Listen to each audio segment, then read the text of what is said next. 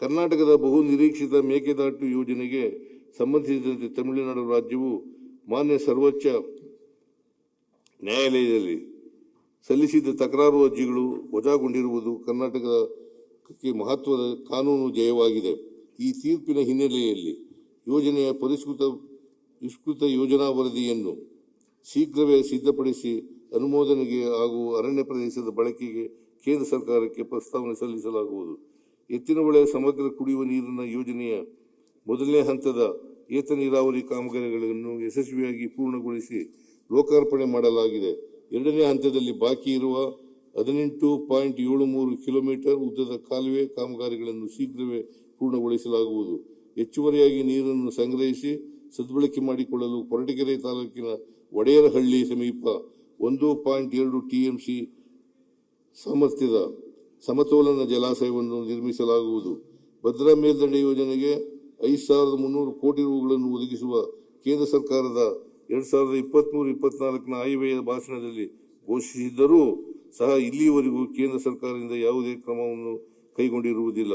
ಆದರೂ ರಾಜ್ಯ ಸರ್ಕಾರದ ವತಿಯಿಂದ ಈ ಯೋಜನೆಗೆ 11,343 ಕೋಟಿ ರುಗಳ ವೆಚ್ಚ ಭರಿಸಲಾಗಿದೆ. ಸುಮಾರು 6 ವರ್ಷಗಳಿಂದ ನೆನೆಗುದಿಗೆ ಬಿದ್ದಿದ್ದ ಅಜ್ಜಂಪುರ ತಾಲೂಕಿನ ಅಬ್ಬಿನಹೊಳಲು ಗ್ರಾಮದ ಭೂ ಸಮಸ್ಯೆಯನ್ನು ಬಗೆಹರಿಸಲಾಗಿದೆ.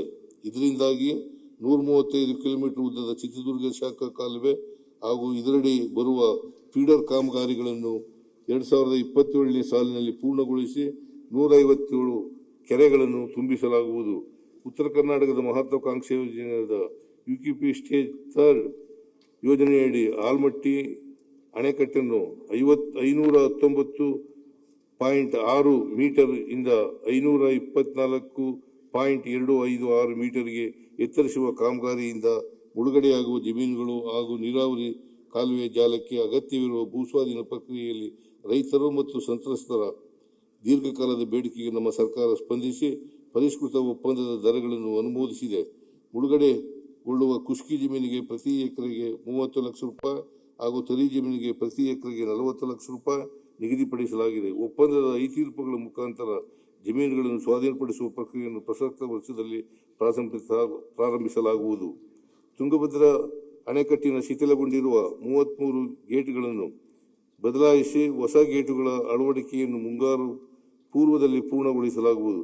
ಮುಂದುವರೆದು ತುಂಗಭದ್ರಾ ಜಲಾಶಯದಲ್ಲಿ ಹೂಳಿನ ಶೇಖರಣೆಯಿಂದ ನೀರಿನ ಸಂಗ್ರಹಣಾ ಸಾಮರ್ಥ್ಯದ ಕೊರತೆಯನ್ನು ನೀಗಿಸಲು ಕೊಪ್ಪಳ ಜಿಲ್ಲೆಯ ನವಲಿ ಬಳಿ ಸಮತೋಲನ ಜಲಾಶಯ ನಿರ್ಮಾಣ ಸೇರಿದಂತೆ ಇತರ ಪರ್ಯಾಯ ಮಾರ್ಗೋಪಾಯಗಳ ಕುರಿತು ಈಗಾಗಲೇ ಚಿಂತಿಸಲಾಗಿದೆ.